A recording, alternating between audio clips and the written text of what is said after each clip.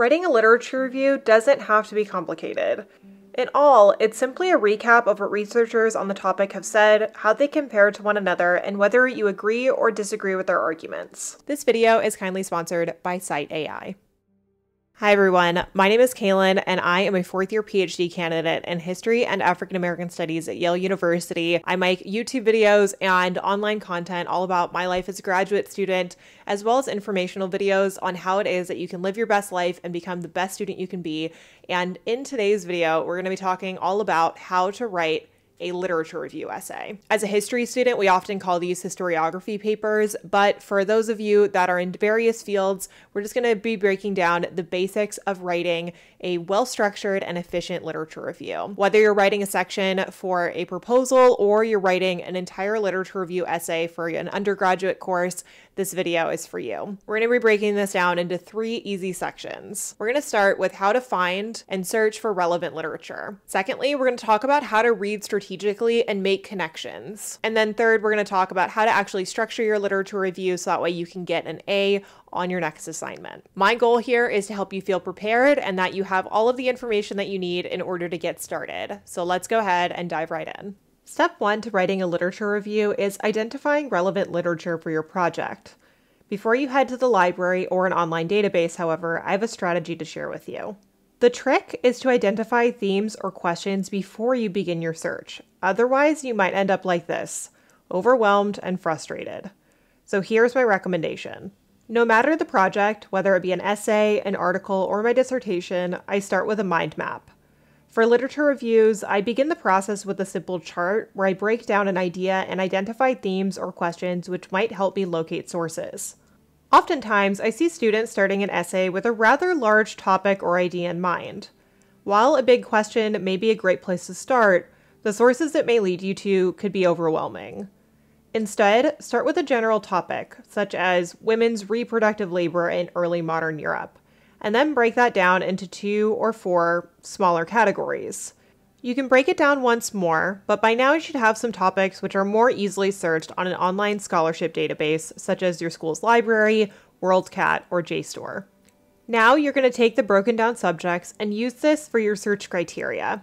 Here are a few examples. Midwives in early modern Europe, childbirth in early modern England, or masculinity in early modern literature. In your search, I recommend identifying 2 to 3 books and 3 to 4 articles depending on your field of study for preliminary reading. In a moment, we're going to discuss how to read critically to identify themes, additional literature, and relevant evidence for your literature review. But before we get started, I want to show you another tool for identifying relevant literature that might help improve the process. Now for a quick message to talk about the sponsor of today's video, which is Cite AI. Cite Assistant is going to be an indispensable tool in your writing process and your research. Whether you're in college or graduate school, Cite Assistant is going to help you become more efficient and offer clarity on where to find relevant literature within your field. Now let's go ahead and dive right into some of the primary features. Cite Assistant is unique because it offers not only the ability to receive answers to your research questions or general queries, but to do so with the knowledge that it's drawing from reliable, peer-reviewed sources.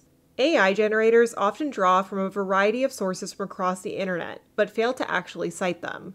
Thus, you as a user may not be sure if it's offering reliable and factual responses.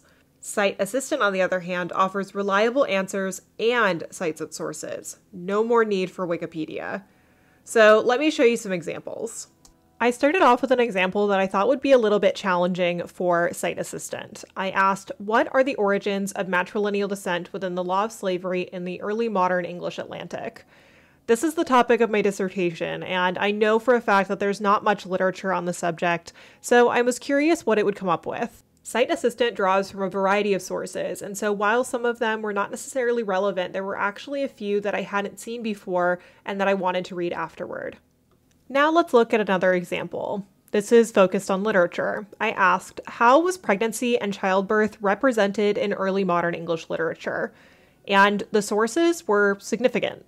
However, what I found was that it was drawing from a lot of resources that were more current rather than looking specifically at early modern English literature and history. So in this case, I recommend being a little bit more specific. but that's where their search tools came in so handy. So you can actually refine your search by subject matter, year of publication. You can also look at different citation styles. So this was honestly one of the most cohesive AI systems that I've used, and offered recommendations for literature that I hadn't even found in my library's database. I usually do a pretty thorough scan of the various databases online, but Site Assistant managed to pull sources that I don't think I would have found on my own.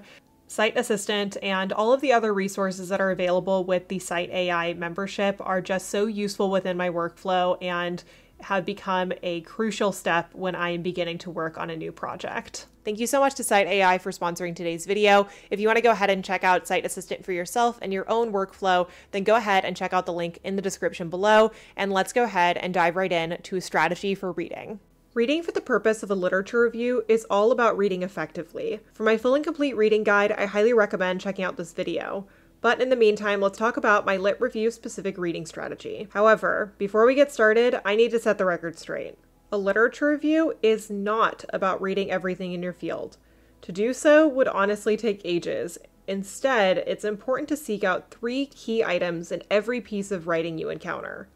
Here is what you should take note of while you're reading: the thesis or main argument, methods and evidence, and discourse. Let's start with the thesis. Every book or article published in an academic journal or university press has one main goal: to offer an intervention, present new information, and/or expand upon the work of previous scholars. Academics are trained to offer new insights.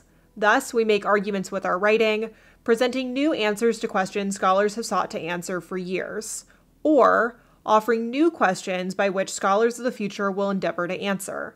Your job in writing a literature review? Identifying these arguments and comparing them to those presented by others in the field. The next thing that differentiates scholars' work is their use of evidence. Scholarship tends to go one of 2 ways. Either their work is offering a new approach to analyzing commonly cited sources or evidence, or is analyzing new evidence using the standard methods or approaches of the field. For example, historians may analyze the same legal record, but identify largely different themes within it based on their method or approach. Similarly, an anthropologist may study a group of people not often included in ethnographic studies in hopes of offering new insights on community formation and intergenerational memory. When reading, pay attention to the evidence used and note whether you agree or disagree with its use and how it's analyzed. Now let's move on and talk about discourse, or scholarly debate. Simply put, scholars write for, to, and indirectly about one another. The peer review process in itself requires scholars to trace the genealogy of their ideas and present a statement about the interventions they want to make. They, in fact, are often required to incorporate a literature review in their work and cite who they're in conversation with. Scholars cite one another and state whether they agree or disagree, and in some instances, offer evidence which discredits the work of their colleagues. Note these connections, as it'll help you map out where you sit within the debate as well. Now that I've shown you what to look out for, it's time to get reading. I recommend using a color coding system and skimming for quotes, thesis statements, examples of evidence, and citations that are relevant to your topic. One quick and important note. When reading, it's easy to get discouraged and think that what you're reading argues something similar to what you're hoping to say. This is why it's important to analyze the text for gaps, rather than approaching the literature with a set argument in mind. The evidence and literature will guide your ideas and approach, so be patient. And if I can offer one more important nugget of wisdom, it's to keep an eye out for the gaps. They exist in the questions which go unasked or bold statements which seem improbable. Read effectively and don't waste time, but simultaneously question what you read. Think critically. The best ideas come from identifying what has gone unspoken. Let's now talk briefly about notes. I recommend first and foremost to use whichever system serves you best and works for your brain. If you don't know where to start, however, I recommend keeping it simple. Start with the standard text document as a place where you'll dump all of your ideas and notes while you read. As you write down the thesis, evidence, and discourse, however, I also recommend noting quotes and page numbers which you may incorporate as you write. For my own dissertation notes, I color code using this system. Red is used for arguments of the author and quotes, green for primary source evidence, blue for secondary sources or peer-reviewed literature, and yellow for my own ideas. Now comes the final step before writing, which is finding connections. Let's return to the mind map, my favorite tool. Here you want to identify a few overarching themes throughout the pieces you've read. These will become the basis for your body paragraphs or subsections. Under each theme, identify which of these pieces connect and how. From here, you should be able to identify a few sources per theme from which to begin writing. Now comes the most difficult stage, actually writing the literature review. Whether you're writing a lit review section for an application or a full-blown literature review chapter for your thesis or dissertation, step one is structure. While I recommend creating an outline, this may not work for you. Take whichever features of this process resonate with you. The outline will begin with an introduction, and each subsection will be loosely based on the themes you've identified.